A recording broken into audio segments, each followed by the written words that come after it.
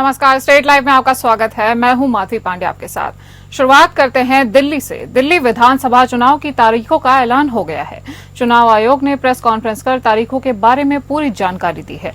मुख्य चुनाव आयुक्त राजीव कुमार ने कहा कि दिल्ली में 5 फरवरी को एक ही चरण में मतदान होगा और 8 फरवरी को नतीजों का ऐलान होगा। चुनाव की अधिसूचना 10 जनवरी को जारी की जाएगी। नामांकन की आखिरी तारीख 17 जनवरी है।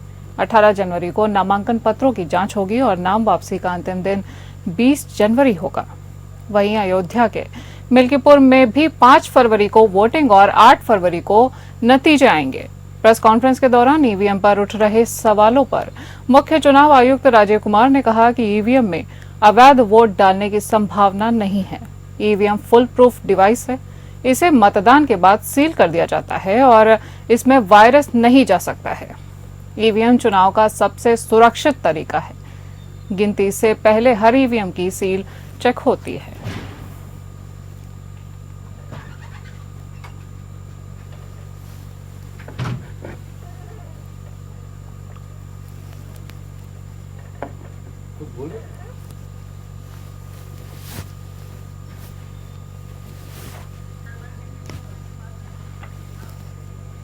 बात करेंगे छत्तीसगढ़ की। छत्तीसगढ़ के मुख्यमंत्री विष्णुदेव साय ने बीजापुर जिले के कुटरू में नक्सलियों द्वारा किए गए आईईडी ब्लास्ट में 8 जवानों सहित एक वाहन चालक के शहीद होने की खबर पर दुख जताया है। उन्होंने कहा कि मेरी संवेदनाएं शहीदों के परिवार के साथ में है। ईश्वर से शहीद जवानों की आत्मा की शांति और शोकाकुल परिजनों को संबल प्रदान करने की प्रार्थना करता हूं। सीएम साय ने कहा कि बस्तर में चल रहे नक्सल उन्मूलन अभियान से नक्सली हताश हैं और विचलित होकर ऐसी कायराना हरकतों को अंजाम दे रहे हैं। जवानों की शहादत व्यर्थ नहीं जाएगी। नक्सलवाद के खात्मे के लिए हमारी यह लड़ाई मजबूती से जारी रहेगी। मुख्यमंत्री विष्णुदेव साय ने मंगलवार को महासमुंद में आयोजित कार्यक्रम में बीजापुर जिले के कुटरू में नक्सलियों द्वारा किए गए आईईडी ब्लास्ट में 8 जवानों सहित एक वाहन चालक के शहीद होने की दुखद घटना पर शोक व्यक्त करते हुए 2 मिनट मौन धारण कर श्रद्धांजलि अर्पित की। कार्यक्रम में उपस्थित सभी अतिथि सहित सभी गणमान्य नागरिकों ने दुखद घटना पर 2 मिनट का मौन धारण कर शहीद जवानों को श्रद्धांजलि दी। आज हमारे डीआरजी दंतेवाड़ा के 8 जवान सर्चिंग से वापस आ रहे थे और आईडी ब्लास्ट में सभी 8 जवान शहीद हो गए। साथ में जो वाहन का चालक था वो भी शहीद हो गया। तो ऐसे 8 जवान और ड्राइवर के शहादत को मैं नमन करता हूं, उनको विनम्र श्रद्धांजलि अर्पित करता हूं। प्रभु से प्रार्थना है कि उनकी आत्मा को शांति प्रदान करें और उनके शोक संतप्त परिवार को इस गहन शोक को सहने की ताकत दें और उनका शहादत बेकार नहीं जाएगा। नक्सली लगातार जिस तरह से उनकी पराजय हो रही है उससे बौखलाए हुए हैं और एक कायराना हरकत कर रहे हैं। अंततः छत्तीसगढ़ से नक्सलवाद का खात्मा होगा और यहाँ शांति की बहाली होगी। दंतेवाड़ा के काली पुलिस लाइन में सोमवार को बीजापुर जिले में कुटरू बेदरे मार्ग पर ग्राम अम्बेली में आईडी ब्लास्ट में शहीद जवानों को अंतिम सलामी दी गई।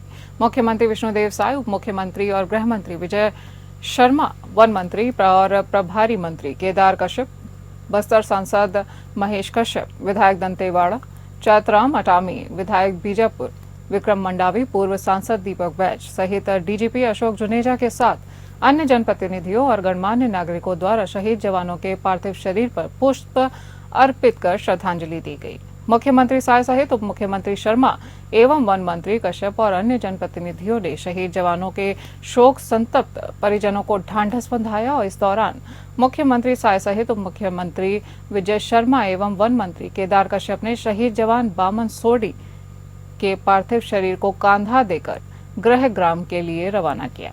साथ ही अन्य शहीद जवानों एवं वाहन चालकों के पार्थिव शरीर को उनके गृह ग्राम रवाना किया गया। उन सभी शहीद जवानों के दिव्य आत्मा को नमन करता हूं, प्रणाम करता हूं और उनके परिवार को भी ईश्वर संबल दे, शक्ति दे और दुख सहने की शक्ति दे। जो कायर नक्सलियों के द्वारा एक दुर्भाग्यजनक कायराना हरकत किया गया है, जिसमें हमारे 8 जवान और एक ड्राइवर शहीद हुए हैं और इस प्रकार से भुखलाहट में और अंतिम सांस ले रहे हैं, क्योंकि हमारा जो लक्ष्य है 2026 तक नक्सल मुक्त करना। और उन लोगों के कारण हमारे बेगुनाह लोगों को लगातार मौत का घाट उतारने का काम कर रहे हैं। जैसे अब देखा होगा बीजापुर क्षेत्र में कई हमारे कार्यकर्ताओं को महिला स्व सहायता समूह महिला तक नहीं छोड़ रहे, इस प्रकार से कायराना हरकत कर रहे हैं। अब इन जवानों का शहादत व्यर्थ नहीं जाएगा। रायपुर में मुख्यमंत्री विष्णुदेव साय से सुप्रसिद्ध फिल्म निर्माता निर्देशक प्रकाश झा ने मुख्यमंत्री निवास कार्यालय पर मुलाकात की। इस दौरान मुख्यमंत्री साय ने प्रकाश झा के छत्तीसगढ़ आगमन पर उन्हें शॉल और स्मृति चिन्ह भेंट कर स्वागत और अभिनंदन किया।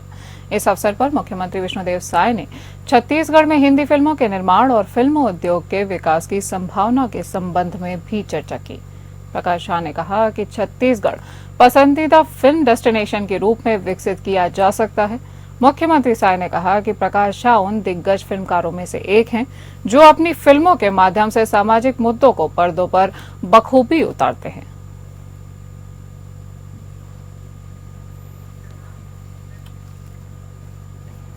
विधानसभा अध्यक्ष डॉक्टर रमन सिंह अपने एक दिवसीय प्रवास के दौरान दिग्विजय कॉलेज के सामने नगरपालिका निगम राजनांदगांव अंतर्गत विभिन्न विकास कार्यों का भूमि पूजन और लोकार्पण किया।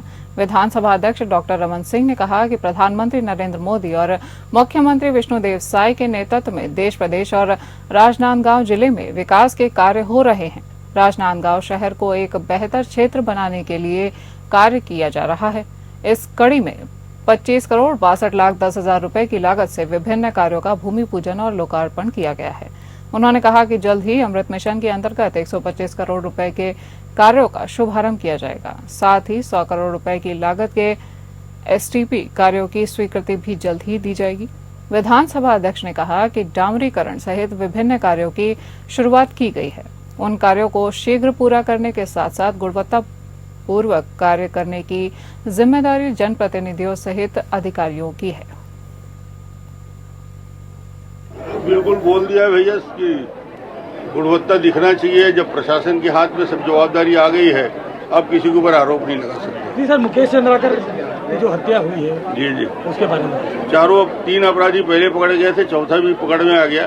कठोरता में उसको सजा मिलनी ही चाहिए, क्योंकि ये ऐसा अपराध तो छत्तीसगढ़ में कभी होता नहीं था। ये अपराध निश्चित रूप से पीड़ाजनक है और जो भी अपराधी हैं चारों, उसको कठोरतम सजा मिले। पत्रकार सुरक्षा कानून पर क्या विचार करेंगे? मुख्यमंत्री जी ने बोल दिया है कि हम शीघ्र लाएंगे। बीजापुर के पत्रकार मुकेश चंद्राकर की निर्मम हत्या के विरोध में मंगलवार को राजनांदगांव जिले के पत्रकारों कैंडल मार्च निकाला। उन्होंने प्रेस रिपोर्टर क्लब, पत्रकार सरोकार मंच के सभी पत्रकारों ने महावीर चौक से कलेक्टर परिसर तक मौन व्रत कर दिन में मोमबत्ती जलाकर मुकेश चंद्राकर की तस्वीर को लेकर भ्रमण करते हुए कलेक्ट्रेट पहुंचकर मुख्यमंत्री और राज्यपाल के नाम ज्ञापन सौंपा। पत्रकार संगठन ने सरकार को और आम जनता को यह बताने का प्रयास किया है कि पत्रकार जनता के हित में सरकार और सरकारी तंत्र को जगा कर जनता के हित में कार्य करवाने का कार्य करती है। बीजापुर में पत्रकार के साथ हुई घटना से राजनांदगांव के पत्रकारों पर गहरा असर पड़ा है।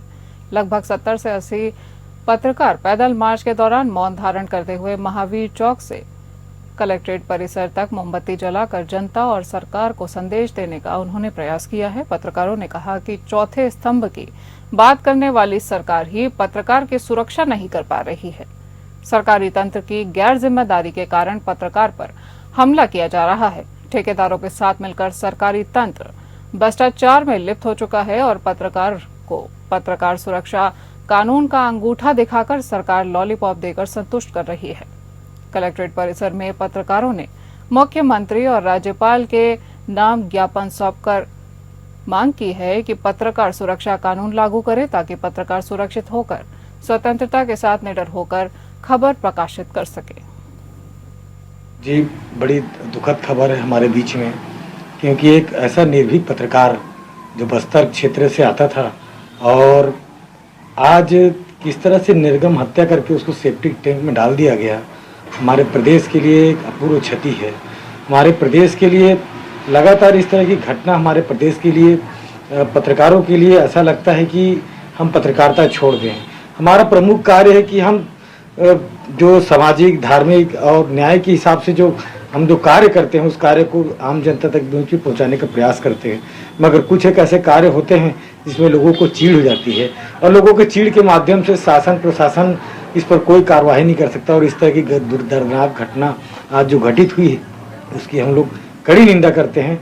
आज हम कलेक्टर परिषद में कलेक्टर से मुलाकात किए, उनसे पूरी बात की और पत्रकार सुरक्षा का अंतर्गत हमने उनसे बहुत बात बोली कि पत्रकार अगर सुरक्षित नहीं है तो आम जनता की बात सरकार तक और सरकार की बात आम जनता तक कैसे पहुंचाए। रुख करेंगे झारखंड का। भारत के पूर्व प्रधानमंत्री एचडी देवगौड़ा 2 दिनों के प्रवास पर देवघर पहुंचे हैं, जहां उन्होंने देवघर के बाबा मंदिर एवं बासुकीनाथ मंदिर में पूजा अर्चना की। सोमवार को पूजा अर्चना करने के बाद मंगलवार को उन्होंने पत्रकारों से बातचीत भी की। उन्होंने यह कहा कि देश के सबसे मजबूत लीडर में वर्तमान प्रधानमंत्री नरेंद्र मोदी हैं। उन्होंने कांग्रेस पर कहा कि कांग्रेस सरकार बनाने की स्थिति में नहीं है। इस बार कांग्रेस ने किसी तरह अपने लोकसभा सदस्य की सीटों में बढ़ोतरी की है, लेकिन इसके बावजूद प्रधानमंत्री मोदी के सामने कांग्रेस के नेताओं का कोई वजूद नहीं है।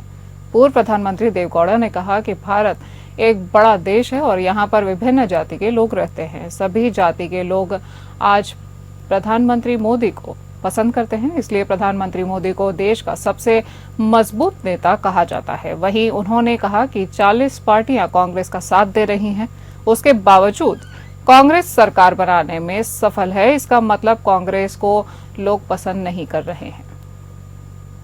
वहीं उन्होंने कहा कि चंद्रबाबू नायडू और नीतीश कुमार जैसे नेताओं ने सही निर्णय लिया है और मोदी का साथ देकर देश के कल्याण में अहम योगदान निभाया है। पूर्व प्रधानमंत्री देवेगौड़ा वर्ष 1996 से वर्ष 1997 तक देश के प्रधानमंत्री रह चुके हैं। वर्तमान में उनकी party Janata Dal secular Bharatiya Janata party के साथ मिलकर सरकार में शामिल है। Today in the country, INDA or the other group,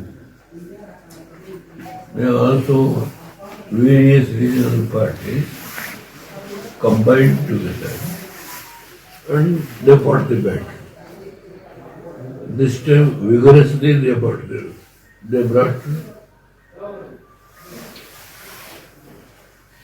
they collected all the other people, the non-BJP people are not willing to join Bharatiya Janata Party. The Congress has taken the lead. Baba Saheb Bhimrao Ambedkar को लेकर इन दिनों चर्चा में चल रही सियासत के बीच BJP ने संविधान गौरव अभियान चलाने का निर्णय लिया है। इसके जरिए भाजपा देश की आम जनता तक बाबा साहेब डॉक्टर भीमराव अंबेडकर के संघर्ष, संविधान निर्माण और कांग्रेस के द्वारा किए गए उनके साथ हुए छल को पहुंचाने का काम करेगी। यह संविधान गौरव अभियान 11 जनवरी से 25 जनवरी 2025 तक चले। बीजेपी नेता अमर कुमार बाउरी ने भाजपा प्रदेश कार्यालय में मीडिया कर्मियों को संबोधित करते हुए कहा कि बाबा साहेब डॉक्टर भीमराव अंबेडकर के संविधान का ही फल है कि आज शीर्ष पायदान पर देश की एक आदिवासी महिला विराजमान है। वहीं चाय बेचने वाला एक व्यक्ति प्रधानमंत्री के रूप में जनसेवा कर रहा है। भारत को महान बनाने में संविधान की महत्वपूर्ण भूमिका रही है, लेकिन आज भी बाबा साहेब भीमराव अंबेडकर के विचार समाज के बीच नहीं गए हैं। भारतीय जनता पार्टी बाबा साहेब के लक्ष्य को देश के अंतिम पायदान तक पहुंचाने का काम इस अभियान के माध्यम से करेगी। उन्होंने कहा कि संविधान निर्माण के समय की सभी घटनाओं की जानकारी देश की जनता को होनी चाहिए। बीजेपी नेता अमर बाउरी ने कहा कि संविधान निर्माण के समय कांग्रेस ने धर्म आधारित आरक्षण पर जोर दिया था, लेकिन बाबा साहेब ने देश के प्रत्येक व्यक्ति को समान अधिकार दिया है। कांग्रेस ने जवाहरलाल नेहरू, इंदिरा गांधी को उनके जीवित समय में ही भारत रत्न की उपाधि दे दी थी, लेकिन बाबा साहेब को इस उपाधि से वंचित रखा गया। वहीं मरणोपरांत उन्हें नई दिल्ली में 2 गज जमीन भी नसीब नहीं होने दी। बीजेपी नेता ने कहा कि बाबा साहेब ने कश्मीर में धारा 370 का भी विरोध किया था। ऐसी कई घटनाएं हैं जो आम जनता के बीच जानी चाहिए, इसलिए भारतीय जनता पार्टी पूरे देश में मंडल स्तर तक जाकर बाबा साहेब अंबेडकर के उन सभी अनुच्छेद, उनके लक्ष्य और उनकी नीति सिद्धांतों को बताने का काम करेगी। को बताया गया कि पार्टी की तरफ से देश के संविधान के लागू हुए 75 गौरवशाली वर्ष के पूर्ण होने पर संविधान गौरव अभियान संपूर्ण देश में 11 जनवरी से लेकर 25 जनवरी तक एक उत्सव के रूप में मनाने का निर्णय हुआ है। भारतीय लोकतंत्र की जो आधार बिंदु है वो हमारा संविधान है और विश्व के इस सबसे बड़े लोकतंत्र को, इस गणतंत्र को आज सफलतापूर्वक विश्व की 5वीं अर्थव्यवस्था बनने का गौरव प्राप्त हुआ है तो ये संविधान है। बात करते हैं बिहार की। पूर्णिया से सांसद पप्पू यादव ने पिछले महीने हुई बीपीएससी 70वीं पीटी परीक्षा में अनियमितता का आरोप लगाते हुए 12 जनवरी को बिहार बंद करने का ऐलान किया है। उन्होंने मंगलवार को राज्यपाल आरिफ मोहम्मद खान से मुलाकात की और बीपीएससी परीक्षा में कथित गड़बड़ी की निष्पक्ष जांच कराने की मांग की है। उन्होंने बताया कि 9 जनवरी को महागठबंधन के नेताओं के साथ धरना भी दिया जाएगा। इससे पहले 3 जनवरी को भी पप्पू यादव के समर्थकों ने बिहार बंद बुलाया था, जिसका पटना के अलावा कोसी सीमांचल के इलाकों में असर देखा गया था। सांसद पप्पू यादव ने मंगलवार को पटना में मीडिया से बातचीत करते हुए कहा कि राज्यपाल आरिफ मोहम्मद खान ने बहुत खुले दिमाग से हमारी बातों को सुना और समझा है। उन्होंने बीपीएससी अभ्यर्थियों के साथ अन्याय नहीं होने का भरोसा दिलाया है, साथ ही उच्च स्तरीय जांच की बात भी स्वीकार की है। पप्पू यादव ने बीपीएससी परीक्षा मामले पर अनशन कर रहे जनसुराज के प्रमुख प्रशांत किशोर को आड़े हाथों लिया। सांसद ने पीके पर बीपीएससी के मुद्दे का राजनीतिकरण करने का आरोप लगाया है। उन्होंने कहा कि प्रशांत किशोर ने बीपीएससी के मुद्दे को गायब यानी खत्म कर दिया है। वे सिर्फ अपने चेहरे की राजनीति कर रहे हैं। पप्पू यादव ने पीके को सलाह दी है कि वह छात्रों को आंदोलन करने दें, उनके आंदोलन को खत्म न करें। राज्यपाल साहब से हम लोगों ने इस साल में जितने 4-4 पद पेपर लीक आउट हुए उसके मुद्दों पर हम लोगों ने जांच किया और बीपीएससी के मुद्दों को बढ़िया रूप से जांच का मुद्दा है, उसको हमने कहा कि आप इसको देखिए। और मेरा आग्रह था उनसे कि जिनसे भी बात करना पड़े, उन्होंने कहा निश्चित रूप से बच्चों के भविष्य के साथ खिलवाड़ नहीं होगा, केस भी नहीं होंगे। मुझको लगता है मैंने जो लोग इसमें इन्वॉल्व है उसकी संपत्ति की जांच की मांग उठाई है।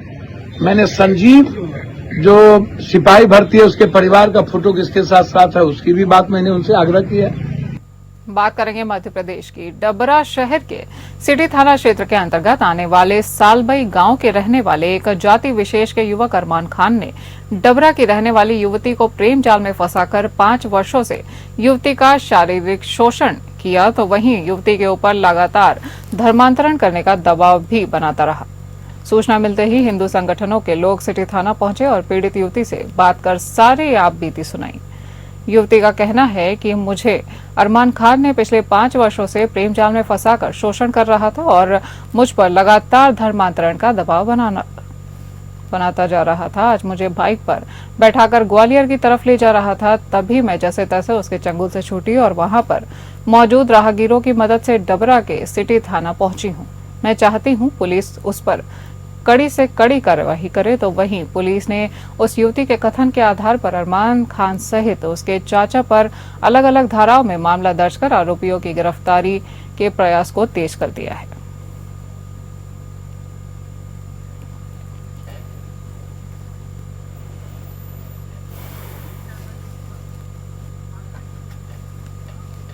बात करेंगे उत्तर प्रदेश की। अमरोहा जनपद के गजरौला में 2 दिन पूर्व स्कूटी पर जा रही युवती को रोककर मारपीट और गला घोटने की कोशिश करने का आरोपी सिरफिरा आशिक पुलिस के हत्थे चढ़ गया है। सिरफिरे साइको आशिक को पुलिस ने गिरफ्तार कर लिया है। बता दें कि शनिवार की शाम थाना क्षेत्र के एक गांव निवासी युवती स्कूटी से गजरौला से अपने गांव जा रही थी। रास्ते में गांव के ही एक युवक ने उसे रोककर मारपीट की और सड़क पर गिरा दिया। उसे अपने पैरों के बीच फंसाकर गला घोटने की भी कोशिश की। इस मामले में गजरौला इंस्पेक्टर सनोज प्रताप सिंह ने बताया कि आरोपी राहुल को गिरफ्तार कर लिया गया है। प्रयागराज में कुंभ का आगाज हो चुका है। विश्व के कोने कोने से श्रद्धालु और संतों का आगमन शुरू हो चुका है। महाकुंभ मेले की पूर्ण रूप से सफल बनाने के लिए स्थानीय प्रशासन और सरकार युद्ध स्तर पर तैयारी कर रही है। हरिद्वार से आए संत स्वामी सोमेश्वरानंद गिरी महाराज ने बातचीत के दौरान महाकुंभ को लेकर विशेष जानकारी दी। उन्होंने बताया कि कुंभ नगरी प्रयागराज में शाही स्नान का नाम अमृत स्नान के नाम से जाना जाएगा। बताते चले कि स्वामी सोमेश्वरानंद गिरी ने कुंभ की विशेषताओं का वर्णन किया और बताया कि कुंभ कब, कहां और कितने कुंभ हैं।